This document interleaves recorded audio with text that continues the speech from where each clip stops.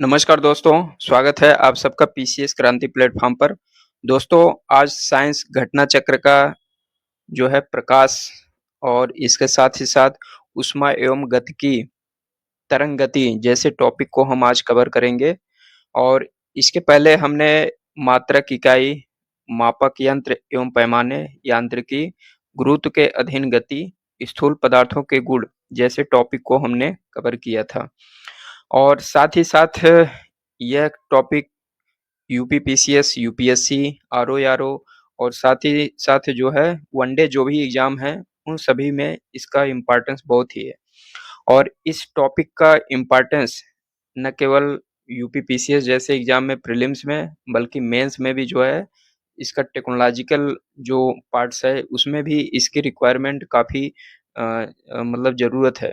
उसको क्योंकि जब तक आप थ्योरी नहीं समझेंगे, तब तक आप इसके टेक्नोलॉजी के पार्ट को समझ नहीं पाएँगे। तो प्रकाश से जुड़ा हुआ जो है टेक्नोलॉजी में कई चीज़ें हैं, तो आप उसको भी जो है यहाँ से समझ पाएँगे। और साथ ही साथ दोस्तों आज के समय में जो पीसीएस वगैरह यूपीएससी में जो क्वेश्चन पूछ रहा है, उसमें जो टेक्नोलॉजी से जो क्वेश्चन आ रहे हैं वो प्योर जो है केवल टेक्नोलॉजी से नहीं आता है, उसका कुछ 1-2 स्टेटमेंट आपका थियरी से पूछता है और 1-2 स्टेटमेंट आपका टेक्नोलॉजी से पूछ लेता है। तो इसलिए जो है आपको थ्योरी और टेक्नोलॉजी दोनों चीज़ों को जो है पढ़ना बहुत ज़रूरी है। तो उन्हीं सारे मुद्दों को हम आज कवर करेंगे और पुराने वीडियो को आप हमारे देख सकते हैं। अगर आप नए हैं तो सब्सक्राइब करें, चैनल पे बेल आइकन बटन ज़रूर दबाएँ ताकि नेक्स्ट वीडियो का नोटिफ़िकेशन आपको मिलता रहे, ठीक है? चलिए हम ज़्यादा टाइम ना लेते हुए अपने क्लास पे चलते हैं और साथ ही साथ दोस्तों ये जो टॉपिक आज हम कवर करेंगे, इसका क्लास जो है आपको पीडीएफ भी मिल जाएगा। पीडीएफ हमारे टेलीग्राम चैनल से आप डिस्क्रिप्शन में जाके वहाँ से जॉइन कर सकते हैं, ठीक है? चलिए हम अपने क्लास पे चलते हैं। तो प्रकाश है आज का टॉपिक, तो सबसे पहले जानेंगे प्रकाश क्या होता है? प्रकाश विद्युत या ऊष्मा की तरह ऊर्जा का एक रूप है। यह वह ऊर्जा है जो विकिरण ऊर्जा के रूप में गतिमान है। प्रकाश अपने आप में अदृश्य होता है, किंतु अन्य वस्तुओं को दृश्यमान बनाता है, ठीक है? प्रकाश एक सीधी रेखा में संचरित होती है। प्रकाश तरंगे निर्वात से होकर गुजरती हैं, किंतु ध्वनि तरंगे ऐसा नहीं कर पाती। दोस्तों यहाँ पे जो है सीधा-सीधा जो स्टेटमेंट है, यहाँ से सीधा-सीधा जो है पीसीएस वगैरह में या वनडे एग्ज़ाम में सीधा-सीधा स्टेटमेंट पूछ लेता है, ठीक है? तो टेक्नोलॉजी वाला पार्ट्स तो 1 आध 2 स्टेटमेंट उसका रहेगा, 1 आध 2 जो है आपका थियरी पोर्शंस रहता है। तो इसलिए जो है आज के समय में साइंस का इम्पोर्टेंस बढ़ रहा है। और साथ ही साथ देखिए प्रकाश की ड्यूअल नेचर क्या है? वास्तव में प्रकाश द्वैत प्रकृति वाला है। तरंग प्रकृति, कण प्रकृति। स्पष्ट है प्रकाश दोहरी विशेषता रखता है। कभी-कभी यह अपने कणों के रूप में और कभी-कभी तरंगों के रूप में व्यवहार करता है। प्रकाश तरंगें अनुप्रस्थ तरंगें होती हैं, जबकि ध्वनि तरंगें अनुदैर्ध्य तरंगें होती हैं, ठीक है? ये वेरी इम्पोर्टेंट फैक्ट है। प्रकाश तरंगें अनुप्रस्थ तरंगें होती हैं, जबकि ध्वनि तरंगें अनुदैर्ध्य तरंग होती हैं, ठीक है? इसको ध्यान रखिए। यहाँ पे देख सकते हैं भिन्न-भिन्न माध्यमों में प्रकाश का चाल क्या होता है। निर्वात में 3 × 10⁸, जल में 2.25 × 10⁸, काँच में 2 × 10⁸, हीरा में 1.24 × 10⁸, ठीक है? स्पष्ट है भिन्न-भिन्न माध्यमों में प्रकाश की चाल भिन्न-भिन्न होती है। प्रकाश की चाल सबसे अधिक निर्वात में होती है, ठीक है? ये स्टेटमेंट बहुत ही इम्पोर्टेंस है। जिस माध्यम का अपवर्तनांक जितना अधिक होता है, उसमें प्रकाश की चाल उतनी ही कम होती है। ये स्टेटमेंट भी बहुत इम्पोर्टेंस है पीसीएस वगैरह के लिए। यदि किसी माध्यम का अपवर्तनांक म्यू उस माध्यम में प्रकाश की चाल म्यू हो यू हो तथा निर्वात में चाल सी हो, तो यू बराबर C/म्यू ये इसका फ़ॉर्मूला है। स्पष्ट है निर्वात में प्रकाश के वेग और माध्यम में प्रकाश के वेगों के अनुपात को माध्यम का अपवर्तनांक कहते हैं, ठीक है? ये डेफ़िनिशन दोस्तों आज के समय में पीसीएस में काफ़ी पूछ रहा है, तो डेफ़िनिशन को आप ज़रूर याद करिए। निर्वात में प्रकाश का वेग और माध्यम में प्रकाश के वेग के अनुपात को माध्यम का अपवर्तनांक कहते हैं, ठीक है? आगे देखते हैं। चूँकि प्रकाश का वेग निर्वात में अधिकतम होता है, किसी माध्यम का निर्वात के सापेक्ष अपवर्तनांक सदैव 1 से अधिक होता है। माध्यम जितना अधिक सघन होगा, उसमें प्रकाश का वेग उतना ही कम होगा, ठीक है? माध्यम जितना सघन होगा, प्रकाश का वेग उतना कम होगा। ये स्टेटमेंट भी बहुत इम्पोर्टेंट है। प्रकाश का अपवर्तनांक, रिफ्रैक्शन ऑफ लाइट, ये चैप्टर बहुत ही इम्पोर्टेंस है, खासकर पीसीएस, यूपी पीसीएस वगैरह के लिए या यूपीएससी के लिए, जहाँ पे आपको थ्योरेटिकल पोर्शन बहुत ही ज़रूरी है, उसको समझना। एक समान माध्यम में प्रकाश किरणें सीधी रेखा में चलती हैं, परंतु जब प्रकाश की किरण एक पारदर्शी माध्यम से दूसरे पारदर्शी माध्यम में प्रवेश करती है, तो अपने मूल पथ से विचलित हो जाती है। इस घटना को प्रकाश का अपवर्तन कहते हैं, ठीक है? पहले माध्यम में चलने वाली किरण को आपतित किरण, दूसरे माध्यम में चलने वाली किरण को अपवर्तित किरण कहते हैं, ठीक है? आपतित किरण और अपवर्तित किरण किसे कहते हैं, समझ में आ गया ना? पहले माध्यम में चलने वाली किरण को आपतित, दूसरे माध्यम में चलने वाली अपवर्तित, ठीक है? आपतित किरण दो माध्यमों के तलों को पृथक करने वाले तल को जिस बिंदु पर स्पर्श करती हैं, उसे आपतन बिंदु कहते हैं। आपतन बिंदु पर खींचा गया लंब अभिलंब कहलाता है। आपतित किरण तथा अभिलंब के बीच बने कोण आपतन कोण और अपवर्तित किरण एवं अभिलंब के बीच बने कोण को अपवर्तन कोण कहते हैं, ठीक है? यहाँ पे देखिए आपतित किरण है और अपवर्तित किरण है, ठीक है? इधर ऊपर वाला पार्ट जो है विरल माध्यम है, नीचे वाला पार्ट जो है सघन माध्यम। आगे देखते हैं। अब यहाँ पे ऊपर वाला माध्यम जो है सघन कर दिया, नीचे वाला विरल। तो जब ऊपर वाला विरल था, नीचे वाला सघन था, तो अपवर्तित किरण जो है अभिलंब के नजदीक झुक जाती है। और जब ऊपर वाला सघन माध्यम हो गया, नीचे वाला विरल, तो अपवर्तित किरण जो है अभिलंब से दूर चला गया ये, ठीक है? यहाँ पे देख सकते हैं, जब कोई प्रकाश की किरण विरल माध्यम से सघन माध्यम में प्रवेश करती है, तो यह अभिलंब की ओर झुक जाती है, परंतु जब प्रकाश की किरण सघन माध्यम से विरल माध्यम में प्रवेश करती हैं, तो यह अभिलंब से दूर जाती है। वही बात है। आगे देखते हैं। अपवर्तन की क्रिया में प्रकाश की चाल, तरंगदैर्घ्य तथा तीव्रता बदल जाती है, जबकि प्रकाश की आवृत्ति वही रहती है। अपवर्तन की कुछ घटनाएं क्या है? यदि जल में डूबी हुई छड़ को बाहर से देखा जाए, तो वह छोटी और सतह पर मुड़ी हुई प्रतीत होती है, ठीक है? ये स्टेटमेंट बहुत ही इम्पोर्टेंस है, ये आपको एग्जाम में पूछ सकता है। पानी से भरे बर्तन में पड़ा एक सिक्का अपने यथार्थ स्थान से उठा हुआ प्रतीत होता है, ठीक? तारों का टिमटिमाना, ये सब किसका घटना है? अपवर्तन का। अगला टॉपिक देखते हैं, प्रिज्म का अपवर्तन। प्रिज्म एक ऐसा समांगी पारदर्शी माध्यम है, जो किसी कोण पर झुके दो समतल पृष्ठों से घिरा होता है। यह सामान्यतः कांच का बना होता है, ठीक है? आगे देखते हैं, वर्ण विक्षेपण किसे कहते हैं? सूर्य का श्वेत प्रकाश सात विभिन्न रंगों का मिश्रित प्रकाश है। ये 7 रंग में बैंगनी, जामुनी, नीला, हरा, पीला, नारंगी, लाल है, ठीक है? जब सूर्य का श्वेत प्रकाश किसी प्रिज्म से गुजरता है, तो यह अपवर्तन के पश्चात प्रिज्म के आधार की ओर झुकने के साथ-साथ प्रकाश के अवयवी कणों में विभाजित हो जाता है। इस प्रक्रिया को प्रकाश का वर्ण विक्षेपण कहते हैं, ठीक है? प्रिज्म से निकलते समय हर प्रकाश किरण का मार्ग अलग-अलग होता है और इस प्रकार वे पृथक और स्पष्ट दिखाई देते हैं। सूर्य के प्रकाश से प्राप्त रंगों में बैंगनी रंग आधार की ओर सबसे नी नीचे, लाल रंग सबसे ऊपर होता है, ठीक है? बैंगनी रंग आधार की ओर और आधार की ओर सबसे नीचे, लाल रंग सबसे ऊपर होता है। अर्थात बैंगनी रंग का विक्षेपण सबसे अधिक होता है, लाल रंग का विक्षेपण जो है सबसे कम होता है। ये इम्पोर्टेंस फैक्ट है, इसको आपको जो है याद कर लीजिए। यहाँ देखिए मानचित्र में आप देख सकते हैं, लाल रंग का जो है विक्षेपण बहुत कम हुआ है, बैंगनी रंग का विक्षेपण जो है सबसे ज़्यादा हुआ।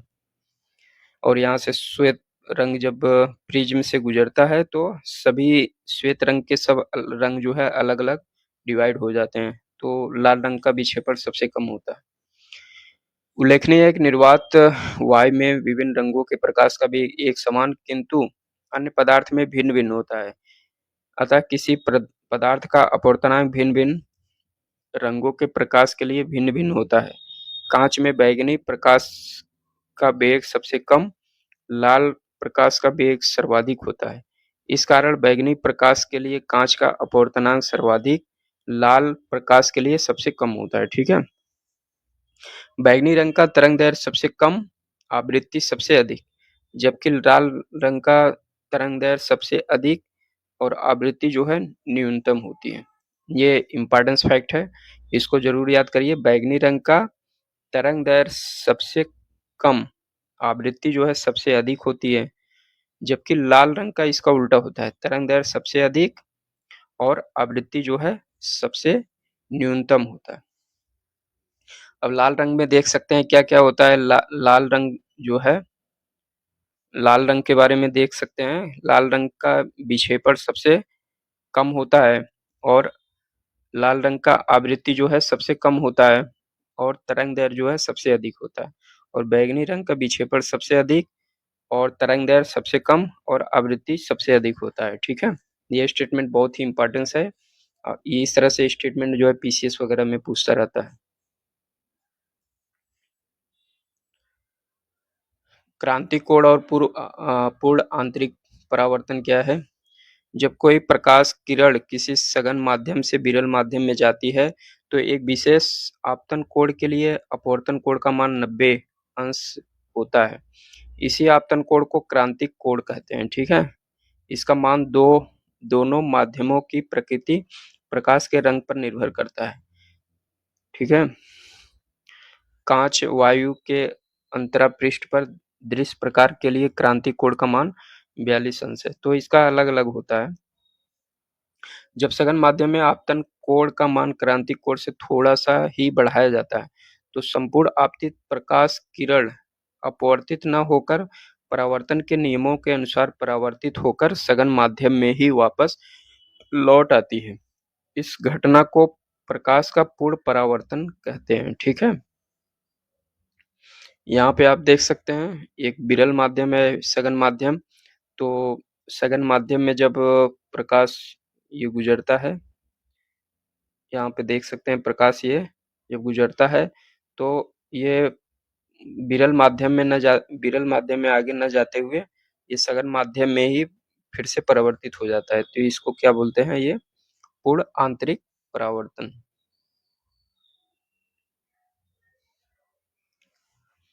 पूर्ण आंतरिक परावर्तन एक उपयोगी प्रयोग प्रकाशीय रेशों फाइबर में, ऑप्टिकल फाइबर में जो प्रक्रिया होता है वो पूर्ण आंतरिक परावर्तन के आधार पे होता है। तो ऑप्टिकल फाइबर जो है इसका एक एग्जाम्पल है। परावर्तन देखते हैं। जब प्रकाश जब किसी वस्तु पर पड़ता है तो वह अवशोषित, संचारित या परावर्तित हो सकता है। प्रकाश किरणें जब किसी वस्तु की सतह पर पड़ती हैं तो उन्हें वापस प्रेषित करने का प्रक्रम प्रकाश का परावर्तन कहलाता है। पॉलिशदार, चमकीली सतहों वाली वस्तुएं पॉलिश रहित धुंधली सतहों वाली वस्तुओं की अपेक्षा अधिक प्रकाश परावर्तित करती है। ठीक है? रजत धातु प्रकाश की एक उत्तम परावर्तक है। ठीक है? यहाँ पे एग्जाम्पल ये याद कर सकते हैं, ये फैक्ट जो है आपको पूछ सकता है। दर्पण एक चिकनी उच्च पॉलिश युक्त परावर्तक सतह दर्पण कहलाती है। दर्पण दो प्रकार का होता है, समतल और गोलीय दर्पण। समतल दर्पण क्या है? समतल दर्पण एक तरह रजत धातु की चमकीली व तह वाली कांच की पतली चपटी चिकनी शीट होती है।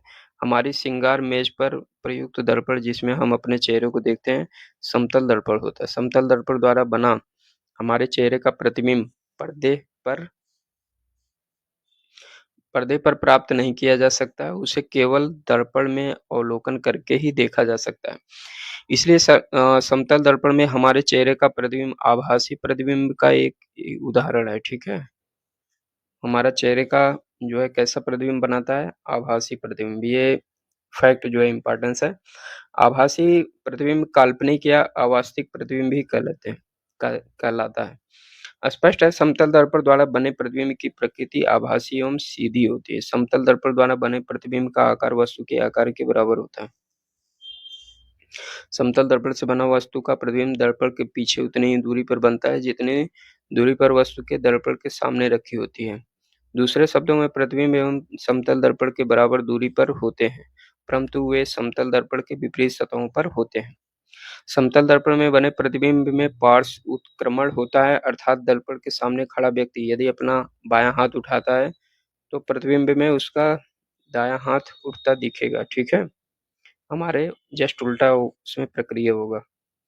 गोली दर्पण वह दर्पण है जिसका परावर्तक सतह कांच के खोखले गोले का काटा गया भाग होता है। यह दो प्रकार का होता है, अवतल दर्पण और उत्तल दर्पण। अवतल दर्पण क्या होता है? गोली दर्पण जिसमें प्रकाश का परावर्तन अवतल सतह अंदर की ओर मुड़ी हुई सतह पर होता है, अवतल दर्पण कहलाता है। ठीक है, इधर वाला अवतल दर्पण मतलब ये ऊपर वाला पार्ट जो है इसको पेंट द्वारा रंगा होता है और ये अंदर वाला जो है ये बिना पेंट वाला होता है। ठीक है,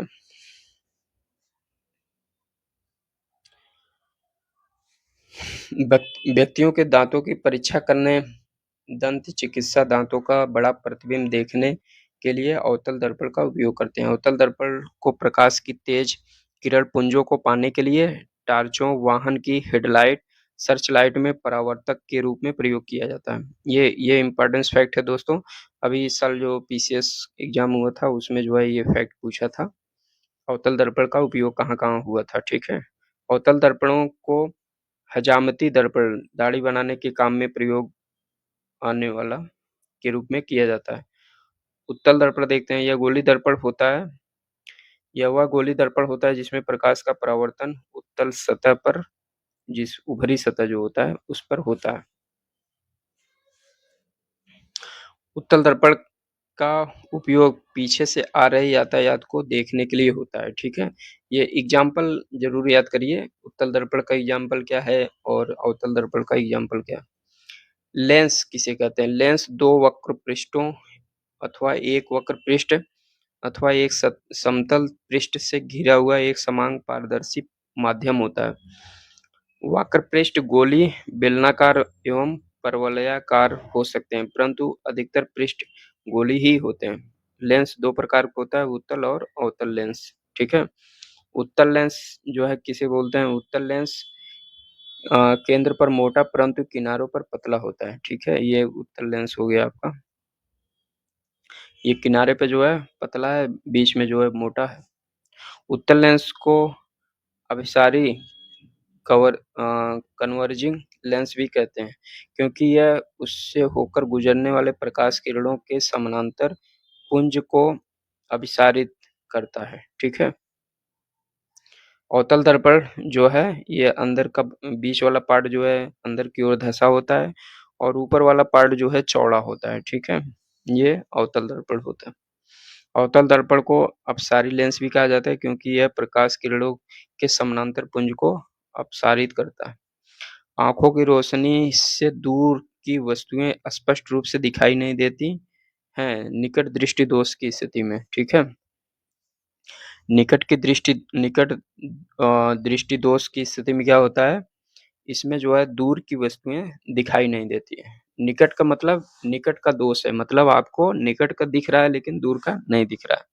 और दूर दृष्टि में दूर का तो दिख रहा है लेकिन निकट का नहीं दिखता है। ठीक है, जब कोई नजदीक की वस्तु स्पष्ट नहीं दिखती तो दूर दृष्टि दोष की स्थिति में, तो इस दोष के कारण निवारण के लिए उत्तल लेंस का प्रयोग किया जाता है। ठीक है, तो दूर दृष्टि ये भी फैक्ट जो है बहुत ही इम्पोर्टेंस है प्रीलिम्स के लिए खासकर। जब दूर दृष्टि होता है तो उसमें नजदीक की वस्तुएं नहीं दिखाई देती बल्कि दूर की वस्तुएं दिखाई देती हैं, और उस दोष को दूर करने के लिए कौन सा लेंस? उत्तल लेंस का प्रयोग करते हैं। और निकट दृष्टि दोष में जो है निकट की वस्तुएं दिखाई देती हैं लेकिन दूर की स्थिति नहीं दिखाई देती है। इसको दूर करने के लिए कौन सा दर्पण का प्रयोग करते हैं? अवतल लेंस। ठीक है, तो इस यह फैक्ट बहुत इम्पोर्टेंट था। चलिए हम अपने क्वेश्चन पे चलते हैं दोस्तों, इसका जो है पीडीएफ भी आपको टेलीग्राम चैनल पे मिलता रहेगा, तो आप हमारे टेलीग्राम डिस्क्रिप्शन में जाके आप टेलीग्राम से जुड़ सकते हैं, ठीक है? निम्न में से किस विकिरण में ऊर्जा प्रति क्वांटम सर्वाधिक होती है? तो सबसे सर्वाधिक क्वांटम कब किसमें होता है? निम्न में से किस विकिरण में ऊर्जा प्रति क्वांटम सर्वाधिक होता है? तो 200 से 280 नैनोमीटर के बीच में, ठीक है? तरंग-दैर्घ्य की न्यूनतम रेंज वाली विकिरण में प्रति क्वांटम ऊर्जा सर्वाधिक होती है। आगे देखते हैं, सौर विकिरण निम्न में से किस परास में दिखता है? सौर विकिरण निम्न में से किस परास में दिखता है ये? ये जो है इसका आंसर क्या हो जाएगा? 400 से 700 नैनोमीटर के बीच में, ठीक है? बी आंसर सही होगा। आगे देखते हैं। दृश्य प्रकाश का तरंगमान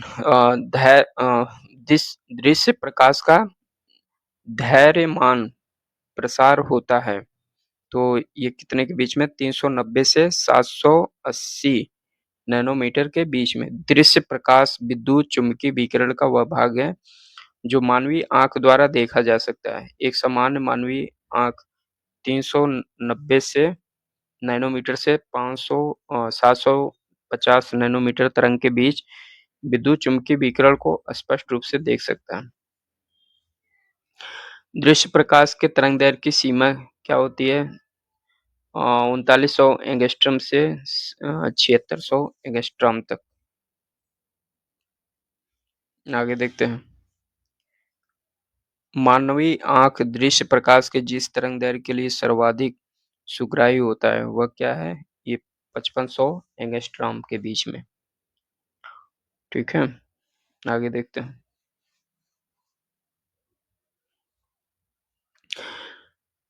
निम्न रंगों के बीच आंख की सुग्राह्यता किसके लिए सबसे अधिक होता है? सबसे अधिक जो है लाल, हरा, नारंगी, पीला, हरा, नीला, पीला एवं हरा, तो पीला एवं हरा इसका आंसर आ जाएगा। निम्नलिखित में से कौन-सा कथन सही नहीं है? सबसे पहले दोस्तों क्वेश्चन कोई भी पूछे उसका कीवर्ड्स को पकड़ लीजिए कि क्या पूछा है, सही पूछा है, गलत पूछा है, क्योंकि ये छोटी-छोटी गलतियाँ कई बार हम एग्ज़ाम में कर देते हैं। मनुष्य का कान 1000 हर्ट्ज़ पर सबसे सुग्राही होता है। मनुष्य की आँख लाल रंग के लिए सबसे अधिक सुग्राही, सुनने का दृढ़ता 1/10 सेकंड होती है। दृष्टि की दृढ़ता 1/16 सेकंड होती है। तो इसमें जो है मनुष्य की आँख लाल रंग के लिए सबसे अधिक सुग्राही होता है। तो इसका आंसर बी सही होगा। मनुष्य का कान 1000 से 5000 की आवृत्तियों हेतु सबसे सुग्राही होता है। मनुष्य की आँख पीले, हरे रंग के लिए सबसे सुग्राही होता है। हमारे कान द्वारा सुनी गई ध्वनि का प्रभाव हमारे मस्तिष्क में 1 सेकंड के 10वें भाग तक बना रहता है। अगर 10वें सेकंड के समाप्त होने से पूर्व कोई दूसरी ध्वनि सुनाई देती है, तो दोनों ध्वनियों की छाप आपस में मिल जाती है और हमारा मस्तिष्क दोनों में फ़र्क नहीं कर पाता है। दृष्टि की दृढ़ता से तात्पर्य है जब कोई चित्र रेटिना पर बनता है तो वह सेकंड के 16वें भाग तक मनुष्य के मस्तिष्क पर अंकित रहता है। प्रकाश किरणों की प्रकृति होती है तरंग के समान, कण के समान, तरंग एवं कण के समान, दोनों के समान होता है, ठीक है? प्रकाश सीधी रेखा में चलता प्रतीत होता है क्योंकि छोटे कणों से बना होता है। प्रकाश का वेग अधिक होता है। प्रकाश का तरंगदैर्घ्य बहुत छोटा होता है। प्रकाश अपने चारों ओर से परावर्तित होता है। तो प्रकाश का तरंगदैर्घ्य जो है बहुत छोटा होता है, ठीक है? सी सही होगा। प्रकाश का तरंगदैर्घ्य बहुत छोटा होता है, उसका विवर्तन भी बहुत छोटा होता है, ठीक है? जो हमारी आँखें देख नहीं पाती, इसलिए प्रकाश हमें सीधी रेखा में चलता हुआ दिखाई देता है। निम्नलिखित में से कौन-सा कथन सही है? प्रकाश का वेग अधिक होता है, ध्वनि का वेग अधिक होता है, आकाशीय पिंडों का वेग सबसे अधिक होता है, रॉकेट का वेग सबसे अधिक होता है। प्रकाश का वेग जो है सबसे अधिक होता है दोस्तों, 3 3 × 10 पावर 2.8 मीटर पर सेकंड होता है, ठीक है? जबकि ध्वनि की गति कितना होता है? 332 मीटर पर सेकंड होती है। प्रकाश की गति पानी में 2.25 इंटू 10 पावर 8 मीटर होता है। प्रकाश का शून्य अवकाश में वेग अनुपात कितना होता है? 3 इंटू 10 पावर 8 मीटर पर सेकंड। प्रकाश की गति वही है, क्वेश्चन रिपीट है। हवा में प्रकाश की चाल निर्भर करती है दाब पर, घनत्व पर। यह दाब ताप घनत्व से स्वतंत्र है, ताप पर। तो हवा में प्रकाश का चाल जो है निर्भर किस पे करता है? ये होना चाहिए, दाब पे होता है शायद। देखते हैं। प्रकाश एक प्रकार का विद्युत चुम्बकीय ऊर्जा है। किसी माध्यम में प्रकाश का वेग उस माध्यम के प्रकाशीय घनत्व पर निर्भर करता है, जो कि माध्यम के भौतिक घनत्व से भिन्न होता है। किसी माध्यम का प्रकाशीय घनत्व जितना अधिक होता है, उसमें प्रकाश का वेग उतना ही कम होता है, ठीक है? ये घनत्व हो जाएगा इसका। इसका आंसर जो है क्या होगा? बी सही हो जाएगा, ठीक। आगे देखते हैं। किसी माध्यम में अपवर्तनांक उसके प्रकाशीय घनत्व का संकेत होता है। वायु का प्रकाशीय घनत्व उसके ताप, दाब, आर्द्रता पर निर्भर करता है। वायु में प्रकाश का वेग उसके प्रकाशीय घनत्व, तापमान, दाब पर निर्भर करता है। प्रकाश का वेग अधिकतम होता है कहाँ पे? निर्वात में सबसे अधिक होता है। निर्वात में जो है कितना होगा? लगभग 3 इंटू 10 पावर 8 मीटर पर सेकंड। वो क्वेश्चन वही रिपीट है, किसमें सबसे अधिक होता है प्रकाश की गति? प्रकाश की गति किसके बीच से जाते हुए न्यूनतम होती है? कांच में जो है सबसे कम होता है।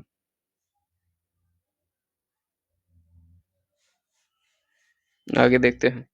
सूर्य के प्रकाश को ध्वनि की धरती की सतह पर पहुंचने में लगने वाला जो समय है कितना होता है? 8.5 मिनट। ये भी वही क्वेश्चन है, रिपीट है। सूर्य का प्रकाश पृथ्वी की सतह पर, वही क्वेश्चन है, रिपीट है। निम्नलिखित में से किसका वेग अधिकतम होता है? किसका वेग अधिकतम होता है प्रकाश का? प्रकाश तरंगों के वायु के कांच में जाने पर जो चर प्रभावित होते हैं वे हैं तरंग दैर्घ्य, आवृत्ति, वेग, वेग, आवृत्ति, तरंग दैर्घ्य, आवृत्ति, तरंग दैर्घ्य एवं वेग। तरंग दैर्घ्य एवं वेग हो जाएगा, ठीक है। जब कोई प्रकाश तरंग वायु से कांच एवं एक माध्यम से दूसरे माध्यम में जाता है तो प्रकाश की आवृत्ति वही रहती है, लेकिन उसका तरंग दैर्घ्य तथा वेग जो है बदल जाता है। जब प्रकाश एक माध्यम से दूसरे माध्यम में जाता है तो निम्नलिखित में से कौन नहीं बदलता है? ठीक है, क्या नहीं बदलता? वेग, गति, तरंग दैर्घ्य, आवृत्ति, अपवर्तनांक। आवृत्ति जो है नहीं बदलता है, ठीक है, बाकी सब बदलते हैं। जब प्रकाश का एक माध्यम से दूसरे माध्यम में जाता है तो निम्नलिखित में से कौन सा अपरिवर्तित होता है? अपरिवर्तित वही क्वेश्चन है, रिपीट है। जब प्रकाश की किरण सघन माध्यम से विरल माध्यम में जाता है तो क्या होता है? इसकी चाल बढ़ जाती है या अविलंब से दूर हट जाती है, ठीक है। तो इसका आंसर क्या होगा? ए। प्रकाश की किरण सघन माध्यम से विरल माध्यम में जाती है, इसकी चाल बढ़ जाती है या विलंब से दूर होता है। जब कोई प्रकाश की किरण विरल माध्यम से सघन माध्यम में जाता है तो यह अविलंब की ओर झुक जाता है, ठीक है। साबुन के पतले झाग में चमकदार रंगों का बनना किस परिघटना का परिणाम है? ये बहुलित परावर्तन, टोटल रिफ्लेक्शन और व्यतिकरण का जो है ये एग्जाम्पल है, ठीक है। साबुन के पतले झाग को चमकदार रंगों का बनना बहुलित परावर्तन व्यतिकरण का परिणाम है। जब किसी पारदर्शक पतली परत पानी की सतह पर तेल की पतली परत या साबुन के घोल बुलबुले पर श्वेत प्रकाश आपतित किया जाता है तो प्रकाश के दोनों पृष्ठों से परावर्तित अपवर्तित प्रकाश किरणों में व्यतिकरण होता है, ठीक है। इस परिघटना के परिणाम को वह परत चमकदार दिखाई पड़ती है। पूर्ण आंतरिक परावर्तन होता है जब प्रकाश हीरे से कांच में गुजरता है, ठीक है।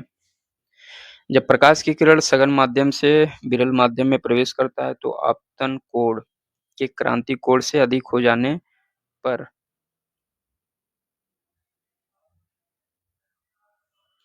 हो जाने पर अपवर्तित किरण सघन माध्यम में वापस लौट आती है, जिसे पूर्ण आंतरिक परावर्तन कहते हैं, ठीक है। एक कटा हुआ हीरा जगमगाहट के साथ चमकता है। प्रकाश के अवशोषण के कारण पूर्व आंतरिक परावर्तन के कारण होता है ऐसा, ठीक है। ये भी वही क्वेश्चन है, रिपीट है। उचित रीत से कटे हुए हीरे की असाधारण चमक आधारभूत कारण क्या है? उसमें अति उच्च पारदर्शी होता है, उसका अति उच्च अपवर्तनांक सूचकांक होता है, बहुत कठोर होता है, उसके सुनिश्चित विचलन होता है। तो इसका जो है क्या सही होगा इसका? उसका अति उच्च अपवर्तनांक सूचकांक होता है, बी सही होगा, ठीक है। कथन कारण दिया है, हीरा अपने ही आकार के अनुकारिक कांच से अधिक झिलमिलाता है, ठीक है। तो ये स्टेटमेंट जो है सही हो जाएगा। कारण क्या है? हीरे का अपवर्तनांक कांच के अपवर्तनांक से कम होता है, तो यह स्टेटमेंट जो है गलत हो जाएगा। हीरे का अपवर्तनांक कांच के अपवर्तनांक से जो है अधिक होता है, ठीक है। तो इसका आंसर क्या होगा? सी सही होगा। प्रकाश तंतु ऑप्टिकल फाइबर जिस सिद्धांत पर काम करता है, कौन से सिद्धांत? पूर्ण आंतरिक परावर्तन पे काम करता है। प्रकाश ऊर्जा का ऑप्टिकल फाइबर में संचरण निम्नलिखित घटना के, ये भी वही क्वेश्चन है, पूर्ण आंतरिक परावर्तन, ठीक है। ऑप्टिकल फाइबर, ये भी वही क्वेश्चन है, रिपीट है। तंतु प्रकाश की संचार में संकेत किस रूप में प्रवाहित होता है? तो ये क्या हो जाएगा? प्रकाश तरंग। तंतु प्रकाश की संचार एक प्रणाली है जिसमें सूचनाओं की जानकारी एक स्थान से दूसरे स्थान तक ऑप्टिकल फाइबर के माध्यम से प्रकाश बिंदुओं के रूप में भेजा जाता है। अगला क्वेश्चन, तंतु प्रकाश की पूर्ण आंतरिक परावर्तन सिद्धांत पर काम करता है। बिल्कुल सही, ये स्टेटमेंट सही हो जाएगा। प्रकाश की तंतु संचार तंत्र में ऊर्जा उपभोग अत्यधिक कम होता है, ठीक है। तो ये भी स्टेटमेंट सही हो जाएगा। प्रकाश तंतु संचार रेडियो आवृत्ति अवरोध से मुक्त होता है, ये भी स्टेटमेंट सही है। प्रकाश में प्रकाश तंतु के निर्माण में रिलायंस उद्योग समूह सन्नद्ध है, ठीक है। तो ये स्टेटमेंट गलत हो जाएगा दोस्तों, 1 2 3 सही हो जाएगा। मरीज के पेट के अंदर का परीक्षण करने डॉक्टरों द्वारा प्रयोग एंडोस्कोप निम्नलिखित में से किस सिद्धांत पर काम करता है? प्रकाश का परावर्तन, प्रकाश का प्रकीर्णन, प्रकाश का अपवर्तन, प्रकाश का सकल आंतरिक परावर्तन। तो इसका आंसर डी सही होगा, ठीक है। एंडोस्कोप में फाइबर ऑप्टिकल तकनीकी का प्रयोग किया जाता है, यह प्रकाश के सकल आंतरिक परावर्तन सिद्धांत पर काम करता है। डॉक्टरों द्वारा ये भी वही क्वेश्चन रिपीट है। मृगमरीचि का कारण है, मृगमरीचि जो है ये प्रकाश का पूर्ण आंतरिक परावर्तन के कारण होता है। मृगमरीचि एक प्रकार का वायुमंडलीय दृष्टिभ्रम है जिसमें प्रेक्षक अस्तित्वहीन जलाशय एवं दूरस्थ वस्तु के उल्टे या बड़े आकार के प्रतिबिंब एवं अन्य अनेक प्रकार के विरूपण देखता है। वस्तु एवं प्रेक्षक के बीच की दूरी कम होने पर प्रेक्षक का भ्रम दूर होता है और वह विरूपित प्रतिबिंब नहीं देख पाता। मरीचिका वायुमंडलीय अपवर्तन का एक अनोखा आश्चर्यजनक प्रभाव जो आमतौर पर गर्म रेगिस्तान में दिखाई पड़ता है, ठीक है। मृगमरीचिका, ये भी वही क्वेश्चन है, पूर्ण आंतरिक परिवर्तन। निम्नलिखित प्राकृतिक तथ्यों पर विचार करें, इसमें से किस तथ्य के कारण मृगमरीचिका बनता है? तो मृगमरीचिका जो है स्थानीय तापन के कारण, मतलब जहाँ पे तापमान अधिक होता है, और साथ ही साथ प्रकाश का अपवर्तन, ये दोनों जो है उसमें शामिल होता है। तो 1 और 3 सही होगा, ठीक है। निम्नलिखित में से कौन अन्य तीनों की तुलना में ज्यादा सूर्य की रोशनी परावर्तित करता है? रेत का रेगिस्तान, धान की खेती भूमि, ताजा बर्फ से ढकी प्रेरित भूमि। ताजा बर्फ से ढकी भूमि जो होता है वो सबसे ज्यादा परावर्तित करता है प्रकाश को। किसी वस्तु के त्रिविमी थ्री डायमेंशन प्रतिरूप को अंकित करने एवं पुनरावृत्ति करने का तकनीकी का क्या नाम है? Audiography, lexicography, photography, holography. इसको होलोग्राफी बोलते हैं। होलोग्राफी क्या होता है? वह तकनीकी है जिसमें लेजर किरणों द्वारा की गई फोटोग्राफी से किसी वस्तु का त्रि-आयामी चित्र बनाया जाता है। होलोग्राफी ध्वनि प्रकाश किसी भी तरंग के साथ कार्य कर सकती है। होलोग्राफी का बहुधा उपयोग अभिलेखों को संचित करने तथा माइक्रोफिल्म में किया जाता है, ठीक है। आगे देखते हैं, त्रिविमीय चित्र लेने में निम्नलिखित में से किसका उपयोग किया जाता है? ठीक है, वही क्वेश्चन है, होलोग्राफी। एक इलेक्ट्रॉनिक्स पुंज इलेक्ट्रॉन बीम्स को फास्फोरस कोटेड पर्दे पर फोकस कर प्रतिबिंबों को पर्दे पर जनित करना कहलाता है। क्या कहलाता है? Roster scan. रोस्टर स्कैन का प्रयोग सीआरटी जिसको बोलते हैं, कैथोड रे ट्यूब मॉनिटरों में होता है। इसमें इलेक्ट्रॉन गन के द्वारा इलेक्ट्रॉनिक पुंज को प्रक्षेपित किया जाता है। रमन प्रभाव का प्रकाश की उन किरणों से क्या संबंध है जो आर पार जाती है? केवल द्रवों पर, केवल प्रिज्मों, केवल हीरों, सभी पारदर्शी माध्यम में। डी सही होगा, ठीक है। रमन प्रभाव के अनुसार एकल तरंगदैर्घ्य प्रकाश किरणें जब किसी भी पारदर्शक माध्यम जैसे ठोस, द्रव, गैस से गुजरती है, तब उसकी प्रकीर्णित किरणों का अध्ययन किया जाए तो उसमें मूल प्रकाश की किरणों के अतिरिक्त स्थिर अंतर पर बहुत कम तीव्रता की किरणें भी उपस्थित होती हैं। इस किरणों को रमन किरणें कहते हैं।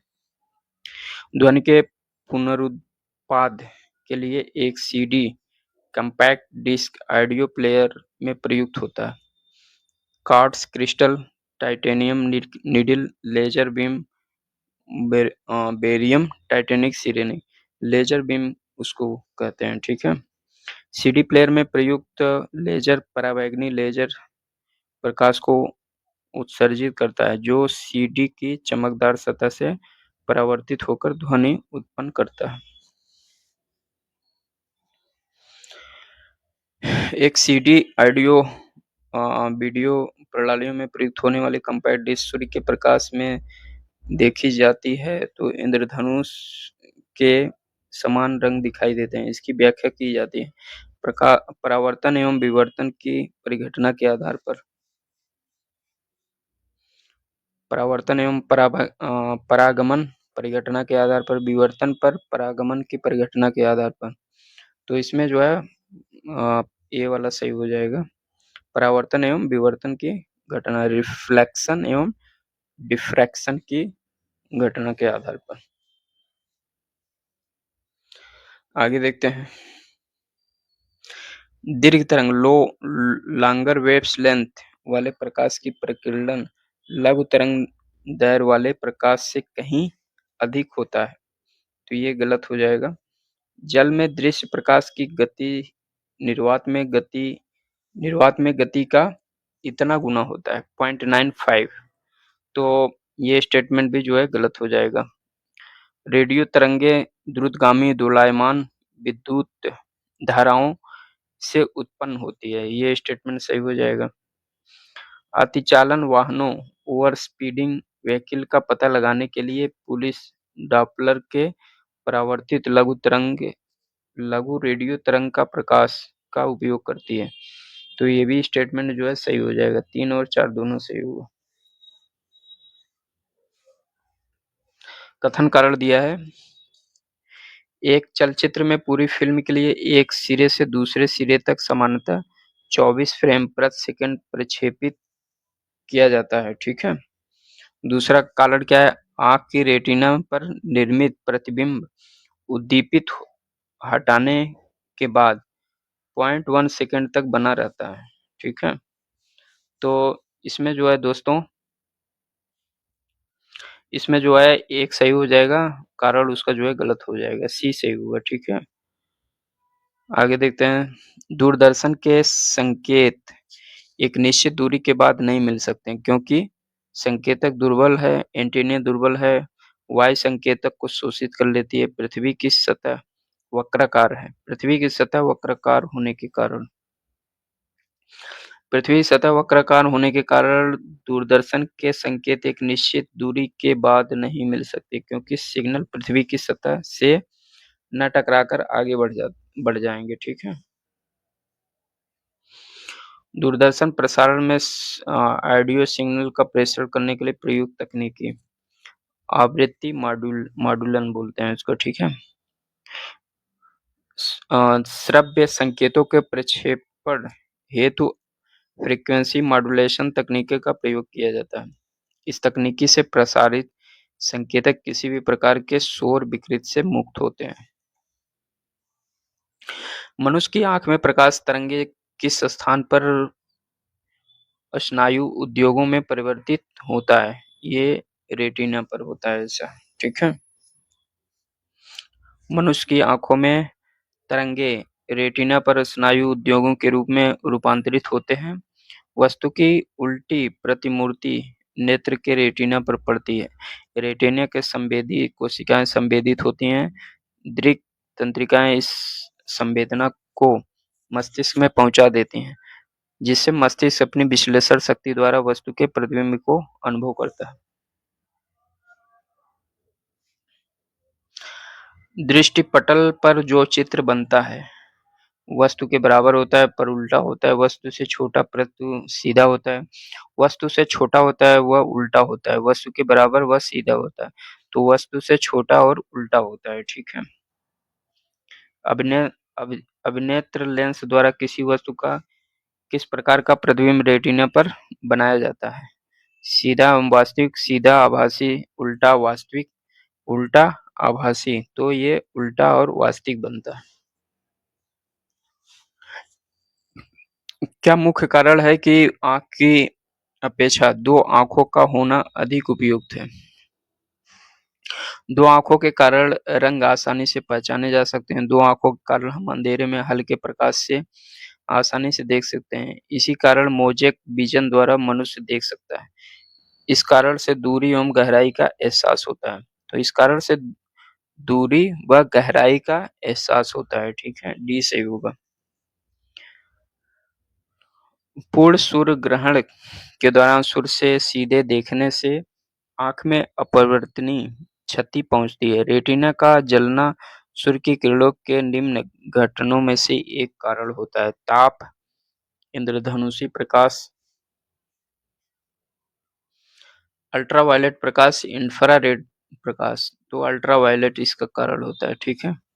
किसी तारे का रंग दर्शाता है उसकी पृथ्वी से दूरी, उसका ताप, उसकी ज्योति, उसकी सूर्य से दूरी, तो उसका जो है ताप दिखाता है, ठीक है?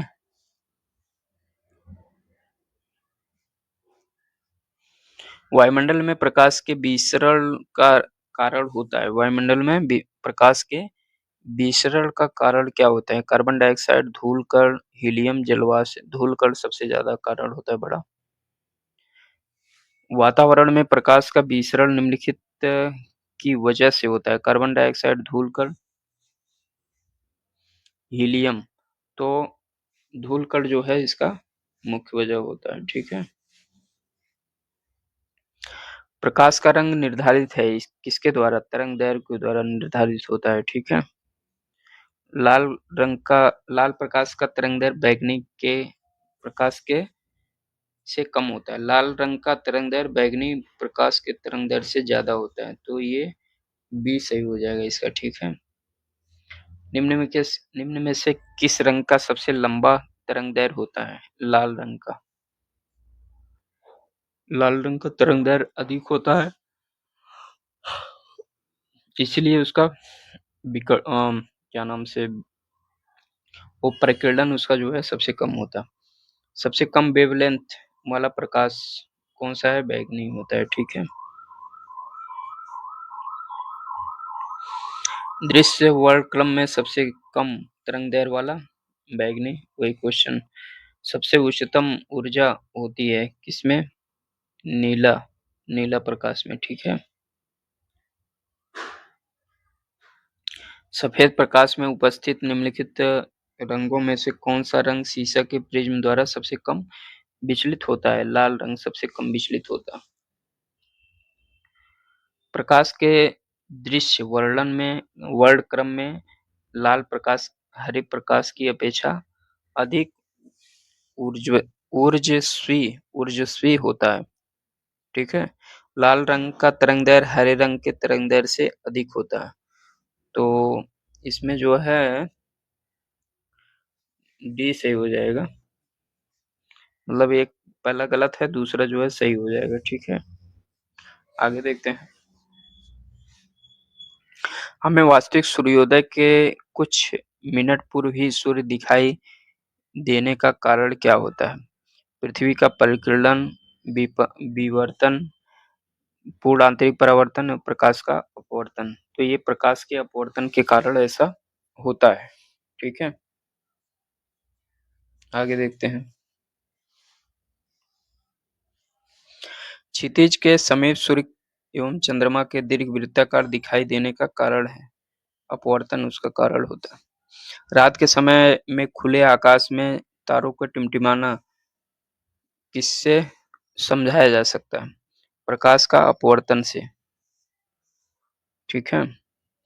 तारों के प्रकाश में वायुमंडल के अपवर्तन के कारण वे टिमटिमाते हुए प्रतीत होते हैं। पृथ्वी के वायुमंडल में प्रवेश करने पर तारों का प्रकाश सतह तक पहुंचने से पूर्व लगातार अपवर्तन की प्रक्रिया से गुजरता है। चूंकि अपवर्तित किरण अभिलंब की ओर झुक जाती है, इसलिए तारे अधिक वास्तविक स्थिति से कुछ ऊंचाई पर इससे दिखाई पड़ते हैं।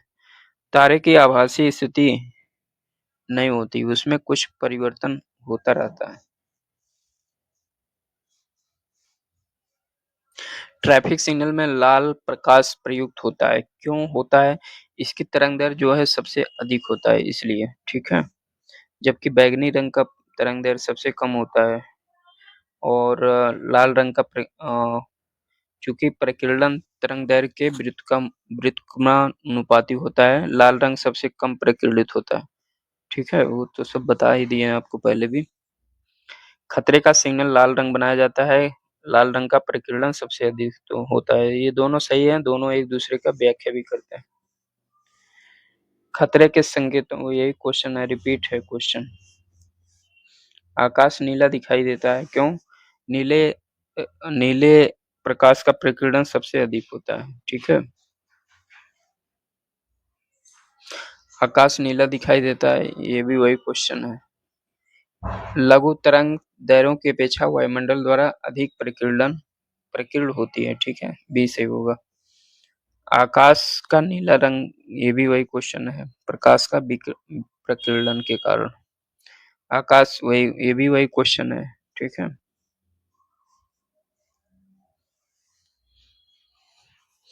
आकाश के नीला दिखाई देने के कारण प्रकाश का प्रकीर्णन होता है, ठीक है। ये स्टेटमेंट सही है। इंद्रधनुष के 7 रंगों का कारण है प्रकाश का प्रकीर्णन, तो ये स्टेटमेंट जो है गलत हो जाएगा। सूर्योदय के समय पूर्व सूर्योदय के समय सूर्य लाल दिखाई देने का कारण है प्रकाश का प्रकीर्णन, तो ये स्टेटमेंट सही हो जाएगी। 1-3 सही होगा, बी सही होगा। सूर्यास्त एवं सूर्योदय के समय सूर्य के लाल रंग प्रतीत होने का कारण, ये भी वही क्वेश्चन है, प्रकाश का प्रकीर्णन। अधिक ऊंचाई पर उड़ने वाले यात्रियों को आकाश काला प्रतीत होता है, तो ये स्टेटमेंट जो है ये बिल्कुल सही है। अधिक ऊंचाई पर प्रकीर्णन सुस्पष्ट नहीं होता है, ये भी स्टेटमेंट सही है। दोनों सही हैं और एक दूसरे का कारण भी है, एक दूसरे का व्याख्या भी करता है, ठीक है। आगे देखते हैं अगला क्वेश्चन। अंतरिक्ष यात्री को आकाश का रंग दिखाई देता है ये काला दिखाई देता है, ठीक है।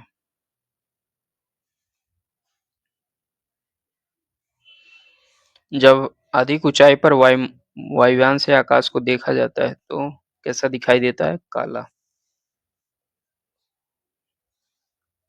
आगे देखते हैं। समुद्र नीला प्रतीत होता है। समुद्र नीला क्यों प्रतीत होता है? अधिक गहराई के लक्षण के कारण, आकाश के परावर्तन तथा जल के कणों द्वारा प्रकाश के प्रकीर्णन के कारण। तो ये इसका जो है बी सही हो जाएगा, ठीक है। किसी रंग विकिरण का प्रकीर्णन तरंगदैर्घ्य की चतुर्थ घात के व्युत्क्रमानुपाती होता है। बैंगनी तथा नीले रंग की तरंगदैर्घ्य सबसे कम है। यही कारण है कि इसका प्रकीर्णन अधिक होता है। इस परिघटना के फलस्वरूप समुद्र का रंग जो है नीला दिखाई देता है।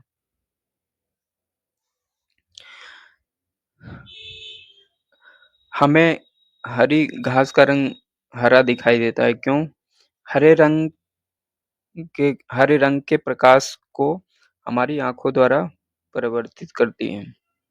तो इसका आंसर जो है यही सही होगा।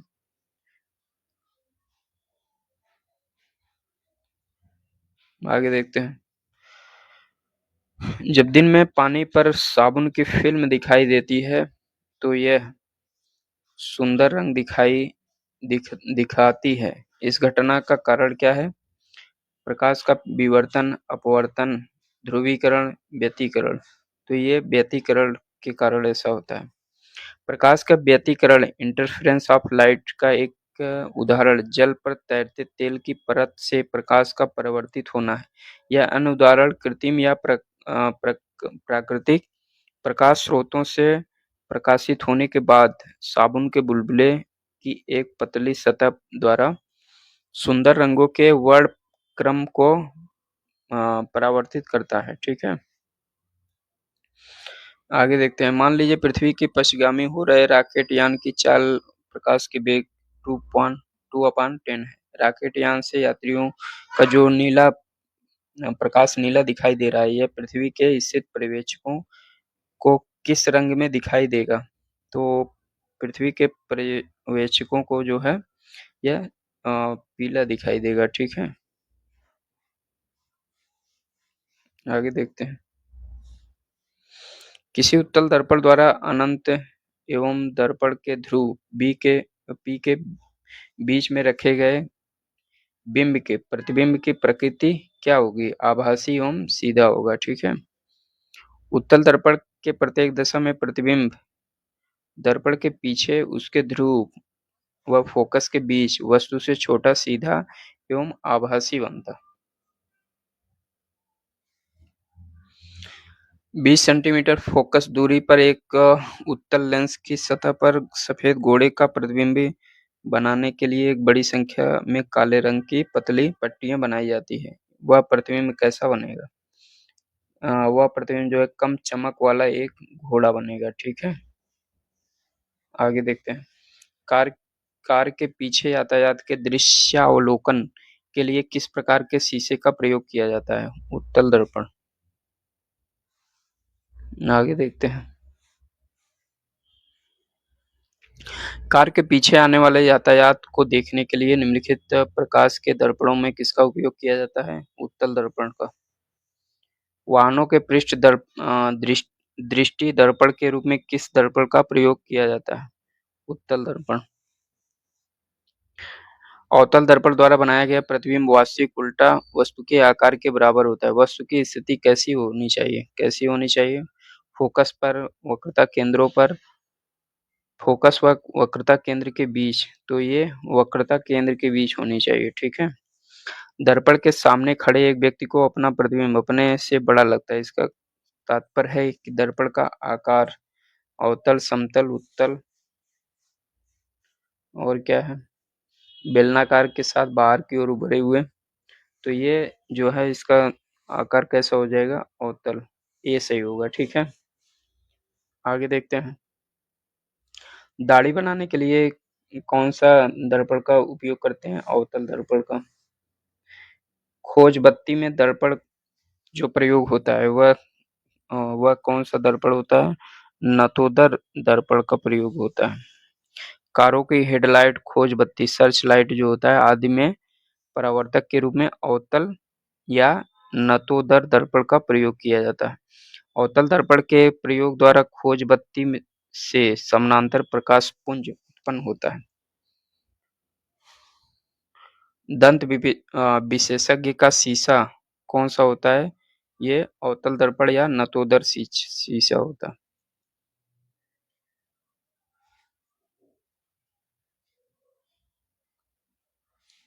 रंगों रोगी के दांत को प्रतिबिंब देखने के लिए डॉक्टर द्वारा ये तो जो है इसमें से कोई नहीं होगा। अवतल, उत्तल, उत्तल और समतल, तो इसमें से कोई नहीं होगा। एक दंत चिकित्सक द्वारा रोगी के दांतों की खोज जांच के लिए प्रयोग किया जाता है। कौन सा? अवतल दर्पण।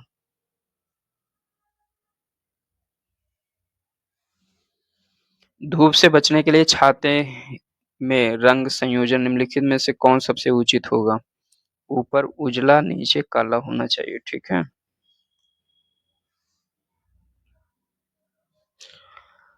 खगोलीय दूरदर्शी से बना प्रतिबिंब होता है काल्पनिक एवं बड़ा।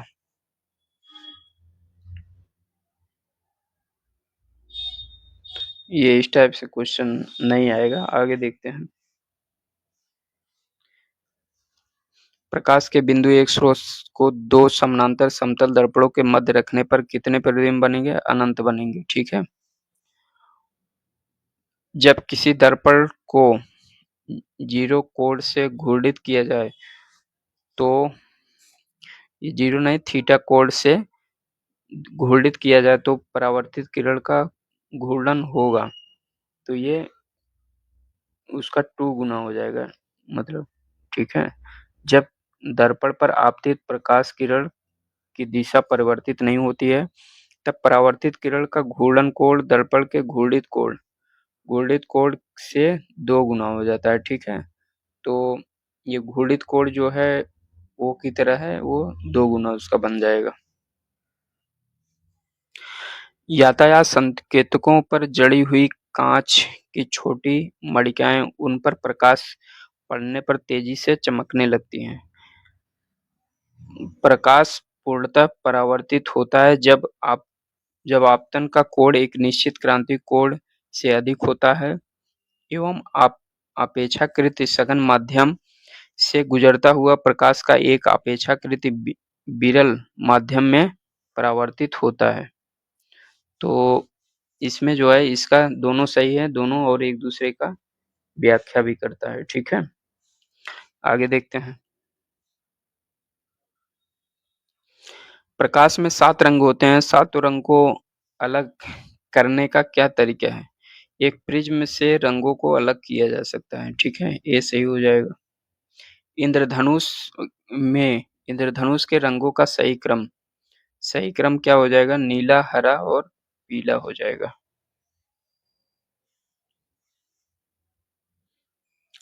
इंद्रधनुष में दृश्य तरंगों का क्रम क्या है? बैगनी, जामुनी, नीला, हरा, पीला, नारंगी एवं लाल। जब धूप वर्षा की बूंदों पर गिरती है तो इंद्रधनुष बनता है। इसके लिए निम्नलिखित में से कौन सी भौतिक परिघटनाएं जिम्मेदार हैं? तो इसमें जो है परिक्षेपण, डिस्पर्सन, अपवर्तन, आंतरिक परावर्तन, तीनों हो जाएगा इसका आंसर। प्रकाश का वर्ण विक्षेपण संभव है प्रिज्म द्वारा। अगला क्वेश्चन, अधोलिखित में कौन सा रंग इंद्रधनुष के मध्य में दिखाई देता है? इंद्रधनुष के मध्य में जो है हरा रंग दिखाई देता है। इंद्रधनुष का दृश्य रंग जो है लाल, नारंगी, पीला, हरा, नीला, जामुनी, बैंगनी होता है। इंद्रधनुष के दोनों सीमांत वर्णपट टर्मिनल कलर बैंड्स बैंड्स होते हैं किस टाइप से? बैंगनी एवं लाल होता है। दोपहर के 12 बजे किस दिशा में इंद्रधनुष दिखाई देता है? यह नहीं देख सकते। दोपहर के 12 बजे सूर्य सीधे सिर के ऊपर होता है। प्रकाश का अपवर्तन वर्षा की बूंदों में नहीं हो पाता है। इंद्रधनुष हमें नहीं दिखाई देता है। इंद्रधनुष हमेशा सूर्य की दिशा के विपरीत दिशा में दिखाई देता है। जब सूर्य पूर्व में होता है तब सुबह के समय, तब इंद्रधनुष पश्चिम में दिखाई देता है। जब सूर्य पश्चिम में होता है तो सायंकाल के समय इंद्रधनुष पूर्व में दिखाई देता है, ठीक है? अगला क्वेश्चन देखते हैं। स्विमिंग पूल में वास्तविक गहराई से कम गहरा प्रतीत होने का क्या कारण है? अपवर्तन के कारण होता है।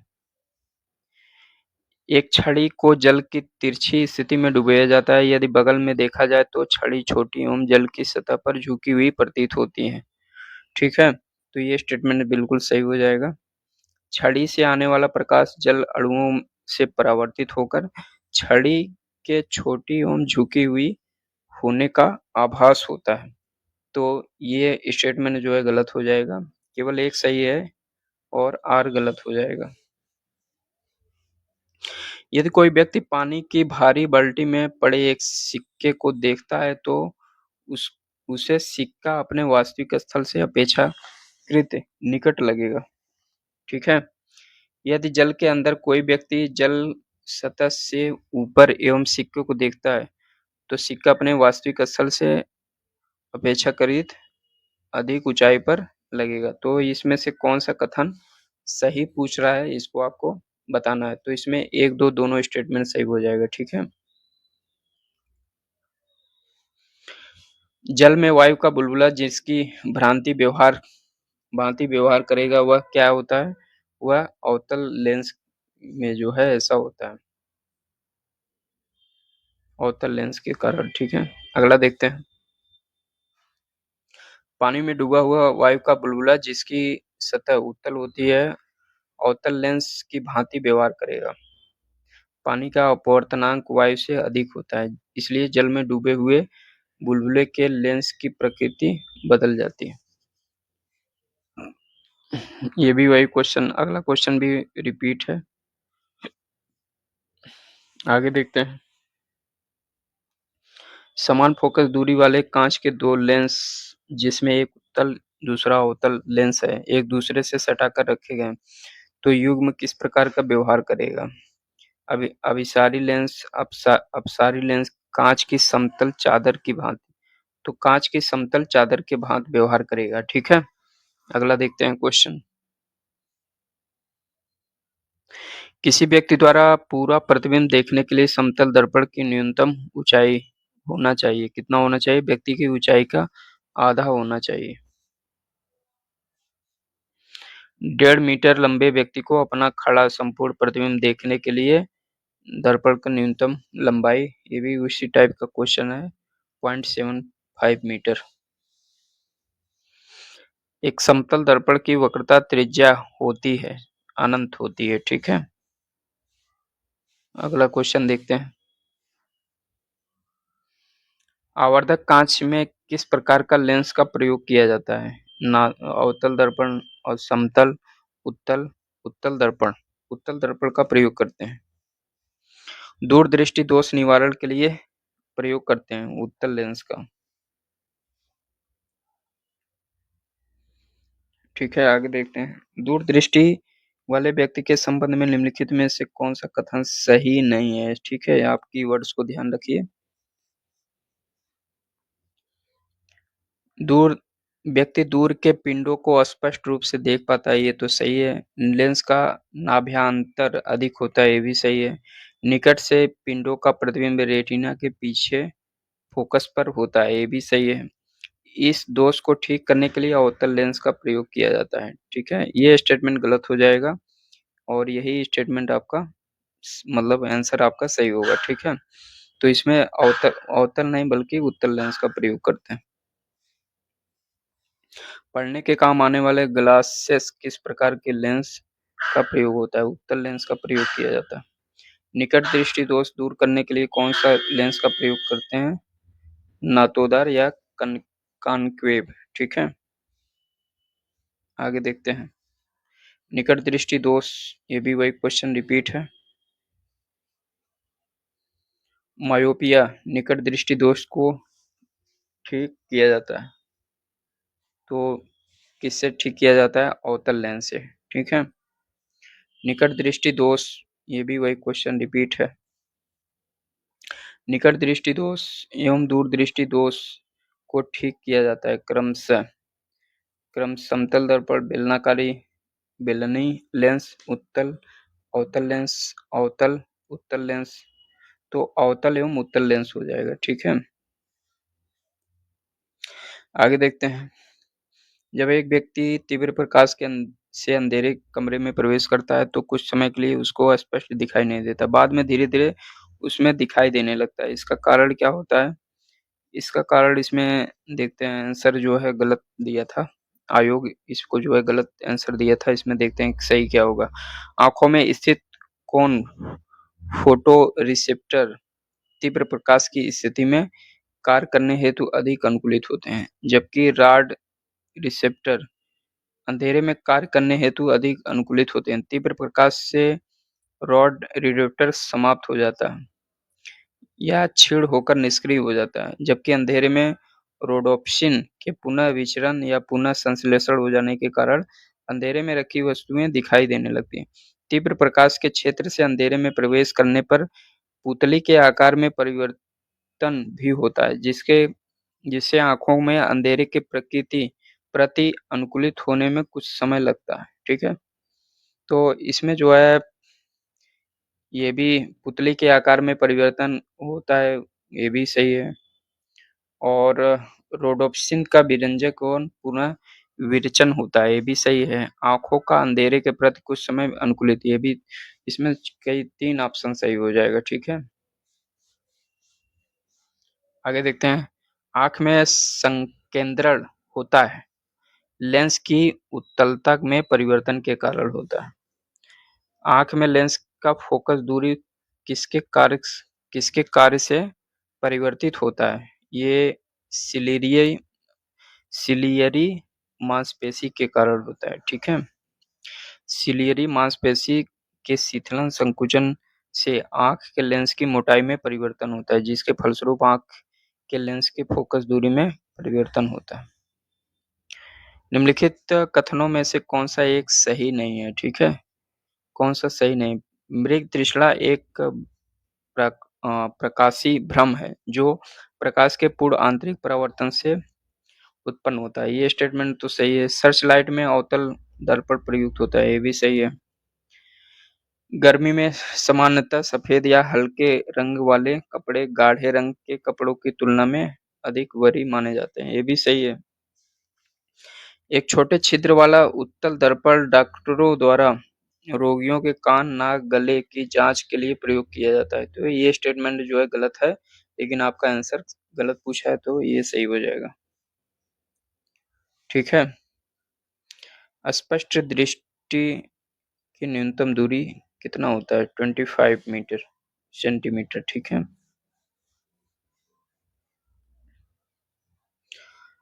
सामान्यतः आंखों के लिए स्पष्ट निकटतम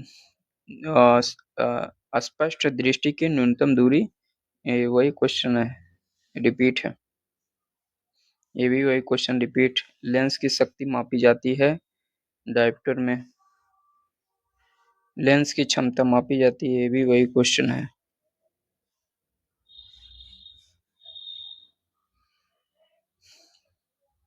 यदि किसी ऐनक के लेंस की पावर 2 डायोप्टर है तो उसके फोकस की दूरी कितना होगा? 50 सेंटीमीटर हो जाएगा। धूप के चश्मे का पावर होता है, धूप के चश्मे का पावर जो है 0 डायोप्टर।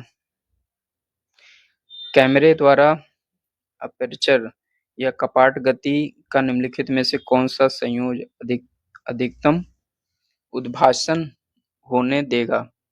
तो इसमें जो है f22 और 1/60 होगा, ठीक है। आंख के रेटिना की परंपरागत कैमरा के निम्नलिखित में से किस भाग की तुलना की जा सकती है? फिल्म। मनुष्य की आंख में किसी वस्तु का प्रतिबिंब जिस भाग पर बनता है वह क्या कहलाता है? स्वच्छमंडल, परितारिका, पुतली, दृष्टिपटल, रेटिना उसको बोलते हैं।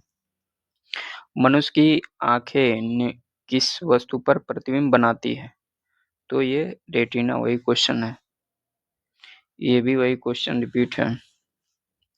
किसी अपारदर्शी वस्तु का रंग उस रंग के कारण होता है जिसके कारण वह अवशोषित करता है, अपवर्तित करता है, प्रकीर्ण करता है, परावर्तित करता है। ठीक है।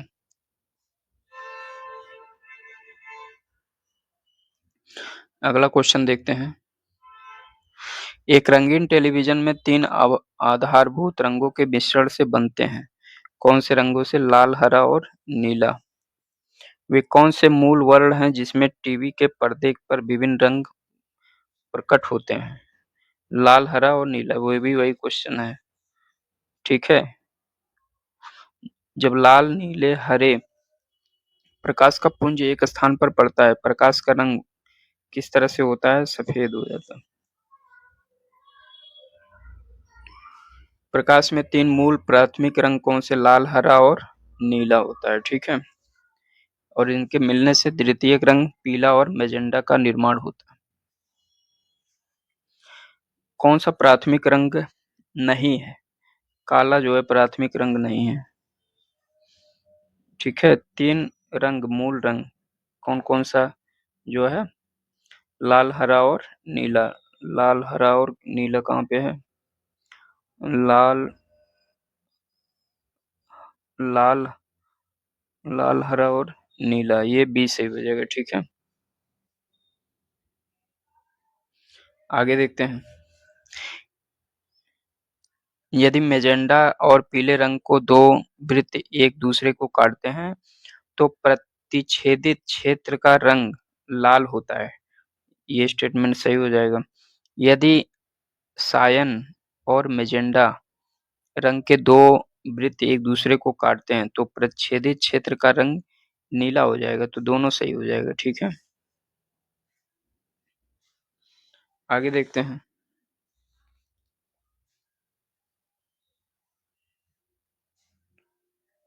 इसमें जो है मिलान करना है। मैजेंटा किसके मिलने से बनता है? मैजेंटा जो है लाल और नीला। ये लाल और नीला हो जाएगा। ठीक है। और टील टील किससे हो जाएगा? नीला, हरा और सफेद। मोम्र मोम्र जो है नीला, लाल और सफेद। सियान हरा और नीला हो जाएगा। इसका आंसर क्या हो जाएगा? ए सही होगा। ठीक है।